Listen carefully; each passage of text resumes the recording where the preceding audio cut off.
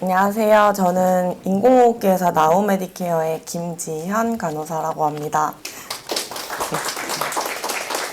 제가 오늘 준비한 내용은 이제 환자분들이 가정에서 인공호흡기를 처방받아서 사용하시는 경우가 많은데 사용하시면서 궁금한 점들이 되게 많으세요. 환자마다 세팅도 다르고 모드도 다르고 하기 때문에 궁금해하시는 것들이 많아서 좀 설명을 드리도록 하겠습니다. 일단 저희 회사는 대학병원 출신의 간호사 선생님들이 전 직원이 다 그렇게 근무를 하고 있고 한양대병원이랑은 2002년부터 계속 협력관계로 유지를 해오고 있어서 저희 간호사 선생님들이 한양대병원에 일주일에 한 4-5번을 들어오세요. 그래서 입원해 계시는 환자분들이 호흡기에 대해서 불편한 점이 있으면 바로바로 케어를 해드리고 있고요. 일단 마스크로 인공호흡기를 사용하시는 분들 보면은 이제 마스크 타입에는 크게 3가지가 있는데 첫 번째는 저희가 제일 먼저 적용을 해드리는 게 코마스크예요. 코만 이렇게 코끼리처럼 가려서 하는 코마스크인데 그거를 제일 먼저 적용을 해드리는 이유는 코인 마스크는 코마스크에 비해서 부피가 크고 무거워요. 그래서 사용하게 되면 떨어지고 무겁기 때문에 시야를 많이 가리는 단점이 있어가지고 코마스크를 먼저 적용을 해드리는데 코마스크가 적용이 안 되는 분들은 코인 마스크를 적용해드리거든요. 구마비가 있으셔서 입이 자연스럽게 하고 벌어지게 되면 코로 들이마신 숨이 입으로 다 뱉어내지기 때문에 폐까지 원활하게 전달이 안 돼서 그런 분들은 코인 마스크를 필수적으로 사용을 하셔야 되세요. 그렇게 사용을 하도록 안내를 해드리고 있고 그럼에도 불구하고 코 마스크를 사용하고 싶어 하시는 분들은 저희가 입 테이프를 따로 구매해서 사용하시도록 안내를 해드리고 있어요. 입 테이프는 인터넷이나 의료기상에 가면 구매하실 수가 있는데 수면무호흡 환자들에서 사용을 하시는 테이프거든요. 한 6,000원에서 10,000원 정도면 100장이 들어있는 테이프를 쓰실 수가 있는데 그걸로 잘 때만 입을 이렇게 딱 붙이고 있으면 입으로 바람이 새어나가는 것을 조금 방지할 수 있어서 그거를 보조적으로 사용을 하고 있습니다. 마스크 세척을 어떻게 하는지 많이들 물어보시는데 마스크가 저희도 무한정 드릴 수 있으면 너무 좋은데 건강보험공단에서 지원되는 개수의 한계가 있어요. 그래서 코인 마스크 같은 경우는 1년에 2개, 코 마스크 같은 경우는 1년에 3개까지 해가지고 지원되는 개수가 있어서 이거를 매번 세척을 해서 쓰셔야 되는데 이게 세척을 하면 짧게는 4개월에서 길게는 6개월까지도 한 마스크로 사용을 하실 수가 있어요. 마스크 세척 방법은 우리가 세수를 매일 하더라도 얼굴에서 계속 피지가 분비되기 때문에 그 마스크 얼굴에 닿는 부분은 보시면 미끌미끌할 거예요. 사용하시고 나면. 그래서 중성세제로 마스크 닿는 실리콘 부분이라도 매일매일 세척해서 사용을 해주시면 좋은데 중요한 거는 세척하고 나서 잘 건조를 시키셔야 돼요. 건조가 제대로 안 되면 마스크 안쪽에 말려있는 부분에 뭐 곰팡이가 생긴다든지 냄새가 난다든지 할 수 있어서 세척하고 반드시 잘 말려주시는 것이 중요하고요. 소모품 교체 같은 경우는 저희가 호스랑 물통 같은 건 한 달에 한 번씩 방문해서 교체를 해드리고 박테리아 필터 같은 경우는 주 1회 교체인데 요일을 정해놓고 교체하시는 게 제일 좋아요. 내가 수요일에 교체했다면 매주 수요일마다 교체를 해주시는 게 잊어버리지 않고 교체를 해주실 수 있는 방법이고 물통 같은 경우는 물통에다 이제 증류수를 넣어서 가습이 잘 되게끔 사용을 하는 원리인데 물통에 저렇게 보시면 까만색 선이 다들 있으실 거예요. 근데 이제 물을 자주 넣는 게 귀찮으시다 보니까 저 선 이상 증류수를 넣는 경우들도 있으시거든요. 근데 선 이상 증류수를 넣게 되면 기계의 압력 때문에 물이 확 튀어가지고 기계로 물이 들어간다거나 할 수가 있어서 항상 저 선까지만 증류수를 채워주시면 되고 간혹 질문하시는 게 여기다 정수기물이나 수돗물을 넣어도 되나요? 라고 물어보시는데 반드시 증류수만 사용이 가능합니다. 생리식염수도 안 되고요. 증류수만 사용이 가능하고 또 이동할 때에는 증류수의 물통을 비운 채로 이동을 하셔야 되는데 증류수에 물을 넣은 채로 이동을 하다 보면 이렇게 흔들리면서 기계 쪽으로 또 물이 역류할 수 있기 때문에 증류수를 비운 상태로 이동을 해주시면 됩니다.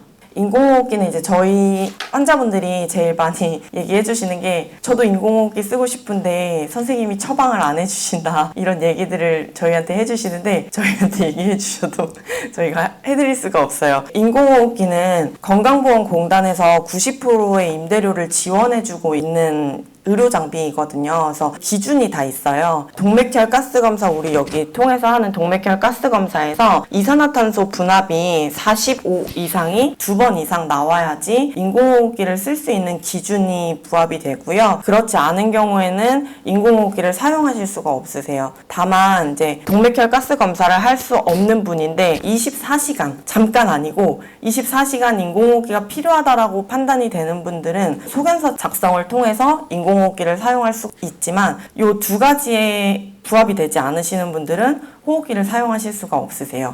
인공호흡기와 더불어서 이제 기침유발기를 처방받아서 많이들 사용을 하시는데, 기침유발기의 원리는 양압이 들어갔다 음압으로 빼주면서 기관이나 기관지에 붙어있는 가래들, 분비물 같은 거를 진동을 통해서 끌어올리는 역할을 하거든요. 그래서 저희 환자분들 중에 이제 목에 가래가 걸린 것 같은데 삼켜지지도 않고 뱉어지지도 않아요 라고 말씀하시는 분들이 계신데, 그런 분들을 위해서 쓰는 의료기기이거든요. 한번 사용을 해보신 분들은 아실 텐데, 바람이 훅 들어갔다가 빠질 때 나도 모르게 하면서 이렇게 기침이 나오도록 하는, 기침을 유발시켜주는 기계예요. 기침유발기 같은 경우는 단독으로 처방이 불가하고 인공호흡기를 쓰는 환자분들에게만 처방이 가능한 의료기기이고요. 한 가지 주의사항은, 인공호흡기는 사용시간이 길면 길수록 환자분한테 도움이 되는데 기침유발기는 딱 정해진 횟수만큼만 하셔야 돼요. 압력이 워낙에 세기 때문에 양압이 확 들어갔다가 음압으로 확 빼줄 때 이걸 너무 반복적으로 하다 보면 폐에 기흉이 생기거나 폐기종이 오는 부작용이 있을 수 있어서 항상 정해진 횟수만큼만 사용을 하시는 게 가장 이상적입니다. 그리고 저희 환자분들 같은 경우 기계를 처방받아 놓고 집에다가 그냥 보관만 하시고 사용을 안 하시는 분들이 꽤 있으세요. 근데 요거를 임대를 하신 거기 때문에 저는 최대한 많이 활용을 하시는 걸 도움을 드리는데, 지금 당장 가래가 없어서 사용을 안 하실 수는 있는데 가래가 있는데도 사용을 안 하시면 안 되거든요. 기관지나 이런 데 붙어있는 가래들은 내가 느낌이 없어요. 그래서 빨리빨리 배출을 시켜줘야 되는데 배출되지 못하고 쌓여있게 되면 그것 때문에 폐렴이 오거나 열이 나거나 감기에 자주 걸린다거나 그런 일들이 발생할 수 있기 때문에 처방받아 두셨으면 자주 사용하시는 것을 권장드립니다. 제일 중요한 건 이제 가래가 쌓여서 응급 상황이 생기는 일들이 제일 많기 때문에 이 부분에 대해서 좀 말씀드리면, 아까 증류수 담는 물통 보셨잖아요. 그거는 습기를 발생해서 가래를 묽게 해주고 가래 배출을 석션했을 때 조금 더 쉽게 할 수 있도록 만들어져 있는 거거든요. 근데 환자분들이 가열기 온도 조절에 대해서 많이 물어보시는데, 가열기 온도는 1단부터 9단까지가 있어요. 매일매일 날씨, 그리고 집안 환경, 병원 내 환경에 따라 습도에 따라서 조절해서 사용하시면 되세요. 가래를 뽑았는데 가래가 찐득거리게 나온다 그러면 조금 가열기 단수를 올려주시고, 가래가 잘 나온다, 물기가 너무 많아서 불편하다 하시면 가열기 온도를 조절해서 사용하시면 되는데, 같은 1단에 놔둬도 비 오는 날은 물기가 많이 생기고요. 라지에이터나 히터를 틀어놓는다거나 하는 경우에는 높은 단수에 있어도 물기가 안 생길 수 있거든요. 그래서 그런 거는 석션을 해보면서 가래 양상을 보면서 좀 단수를 조절해서 사용하시면 되고요. 호스에 물기가 너무 많아서 불편하다고 하시는 분들이 간혹 계시는데, 겨울철에 결로 현상 보면은 내부랑 외부의 온도 차이에 따라서 습기가 생기는 거거든요. 그래서 습기가 너무 많이 생기면 온도를 좀 줄여주시면 되는데, 물기가 있기 때문에 습도가 전해져서 가래가 묽어지는 거라 호스에 물기가 차는 건 굉장히 정상적인 현상이라고 보시면 되세요.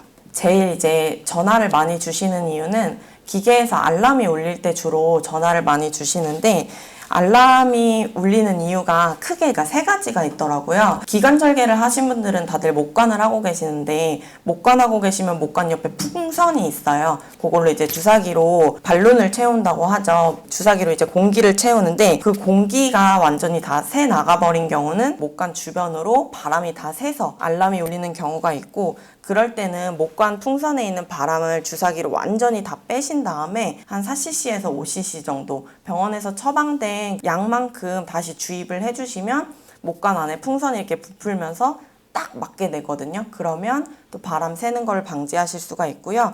또 호스 중간에 보시면 이렇게 물받이 물통이 있어요. 호스에 있는 물기가 가운데 물통으로 모이면서 저 물통을 이제 자주 비워주셔야 되는데 자주 비우고 나서 비스듬히 잠기는 경우가 있어요. 그러면 비스듬히 잠긴 그 틈 사이로 바람이 새면서 알람이 울리기도 하는데 그래서 저 부분을 잘 확인해 주셔야 되고 물통 보시면은 물통에 양쪽 호스가 꽂혀 있고 가운데 조그만 구멍이 하나 있는데 저 구멍의 용도는 응급 상황에 이제 산소가 급하게 필요할 때 그쪽으로 산소 튜브를 꼽는 곳이거든요. 근데 저게 이제 움직이시다가 뚜껑이 뽁 하고 열리는 경우에 저 가운데 구멍으로 바람이 새기도 하는데 요 세 가지만 확인을 해도 바람 새는 곳을 많이 잡으실 수가 있고 마스크 환자분들에서 알람이 주로 울리는 이유는 마스크가 제대로 피팅이 되지 않아서 주변 사이트로 이제 새기 때문에 알람이 울리는 거라 그럴 때는 마스크를 완전히 탈착하신 상태에서 다시 한번 제대로 압착을 해서 사용을 하시는 걸 권장을 드리고요. 기계에 보시면 기계 왼쪽에 얇은색 라인 2개가 있을 거예요. 그거는 센서 라인인데 파란 줄이 위 그리고 하얀색 투명한 줄이 아래에 가 있어야 되는데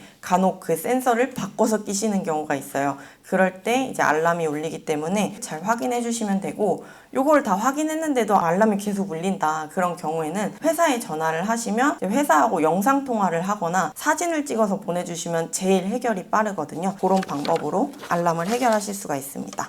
환자분들이 또 제일 많이 말씀해 주시는 게 이 환자는 압력을 17로 쓴다. 나도 17로 하고 싶다. 압력이 센 게 좋은 것 같다. 이렇게 해서 이제 너도 나도 다 같은 압력으로 사용을 하고 싶어 하시는데 환자마다 폐 상태 그리고 병의 진행 속도 이런 게 다 다르기 때문에 병원에서 환자분에 맞춰서 세팅을 해주신 거거든요. 그래서 그게 가장 적합한 세팅이라고 생각을 하시면 되고 세팅을 했는데도 불구하고 내가 뭐 숨쉬기가 답답하다, 불편하다 하는 거는 얘기를 해주시면 환자 사정이나 검사를 통해서 기계 세팅을 저희와 같이 변경을 하실 수 있도록 되어 있고요. 집에 계시는 와상 환자분들은 병원에 오시기가 힘드니까 보호자분들이 대신 와서 약 처방만 받아가시고 그럴 때 환자분들의 불편함을 외래에 와서 말씀하시고 처방을 받아가시는 경우들이 있는데 집에 계시는 환자분들은 세팅을 변경하시기가 어려워요. 원칙적으로 인공호흡기 세팅은 병원에 오셔서 검사를 통해서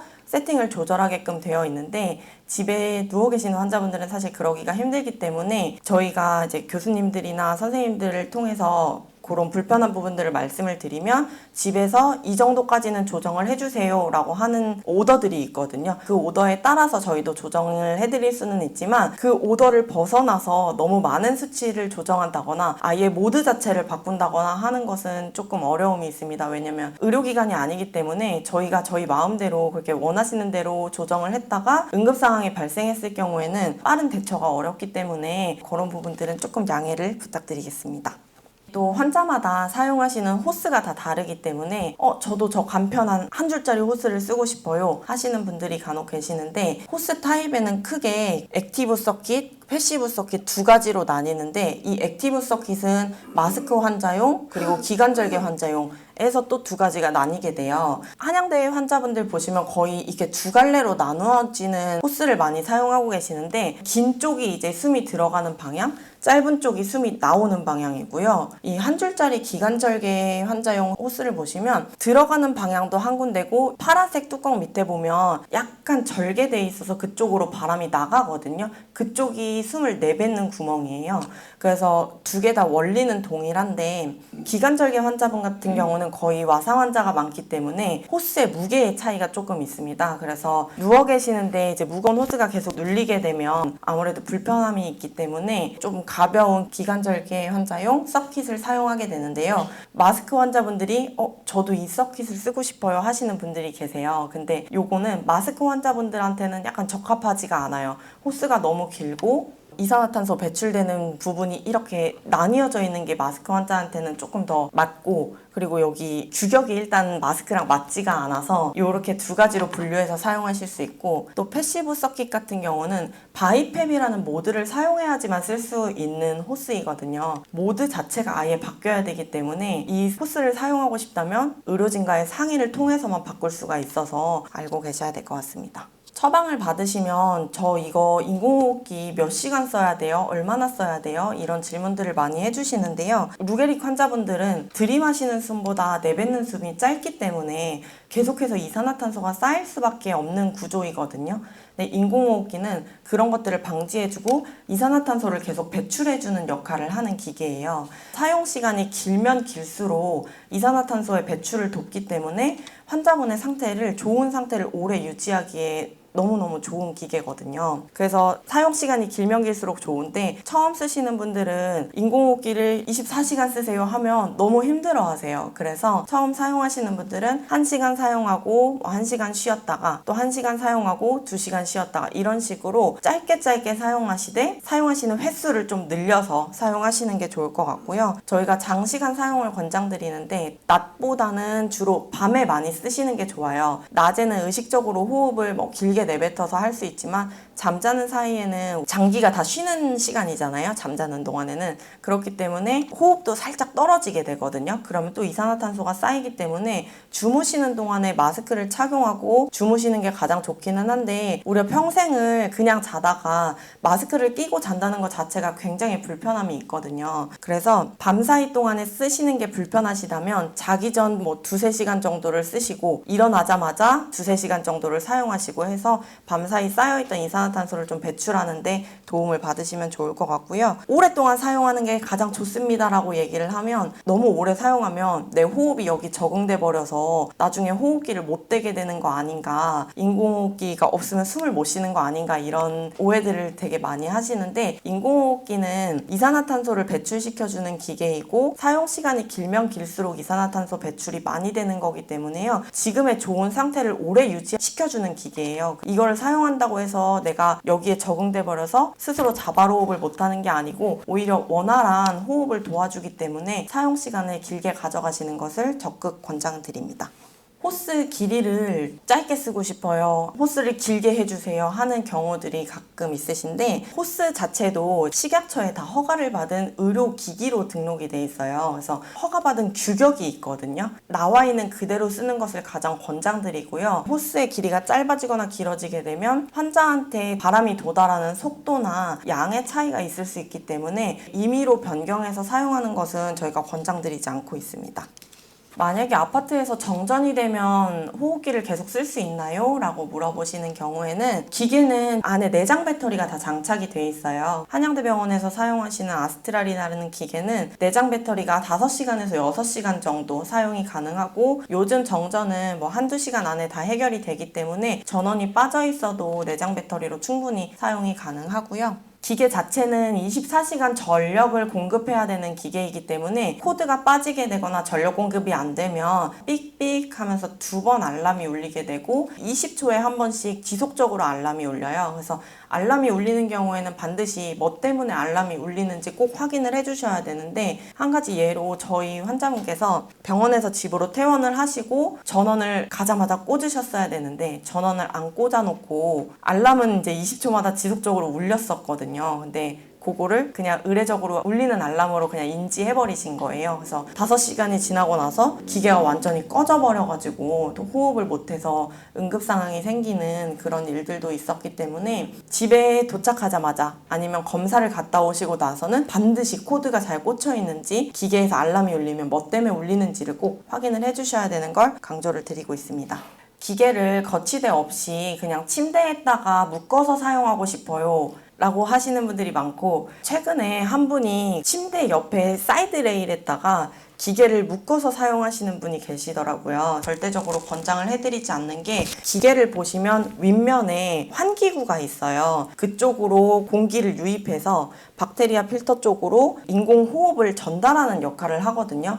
근데 그게 사이드 레일 낮은 위치에 위치하고 그 환기구가 위쪽으로 가게 되면 더러운 공기나 먼지 같은 것들이 그쪽으로 유입이 되면서 기계 장치 안에는 팬이랑 PCB 같은 여러 가지 장치들이 장치들이 있는데 그런 장치들에 열을 발생시키거나 그 팬이 못 돌아가게 하는 역할들을 해요. 그래서 무겁더라도 거치대를 반드시 사용하게 하는 이유는 거치대 보시면 이렇게 비스듬히 돼 있거든요. 기계가 비스듬히. 그 이유가 기계가 수직으로 되면 그쪽으로 먼지가 유입되기 때문에 거치대를 좀 귀찮으시더라도 꼭 사용하시는 걸 권장드리고요. 병원에 오실 때 거치대를 가져오시는 게 힘드신 분들을 위해서 회사에서 거치대를 직접 빌려드리는 서비스를 하고 있으니까 입원하시기 전에 뭐 저 며칠에 입원해요 라고 말씀을 해주시면 저희가 또 그 거치대를 같이 빌려드리기도 하니까 기계하고 가열기, AC 어댑터, 그 전원 코드 그 세 가지만 꼭 챙겨오시면 나머지는 무상으로 이렇게 빌려드리고 있습니다.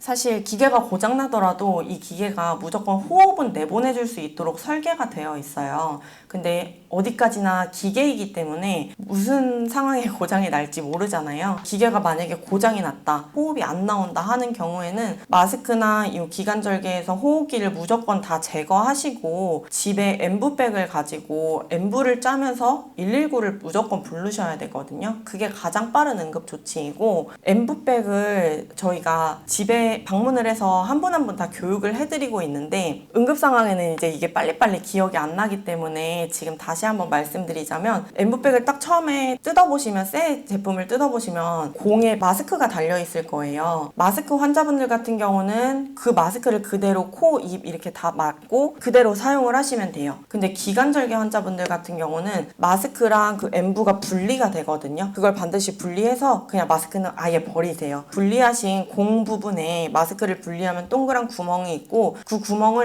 목관에다 연결하셔야 돼요. 목관에 연결해서 짜셔야 되는데 이게 마스크가 연결이 돼 있으니까 모관을 하셨는데도 불구하고 마스크에다 갖다 대고 엠브를 짜셔서 또 응급 상황이 발생한 경우가 있었어가지고 반드시 목관 환자는 목관에다가 엠브를 짜야 된다는 거를 꼭 기억을 해주시면 좋겠습니다.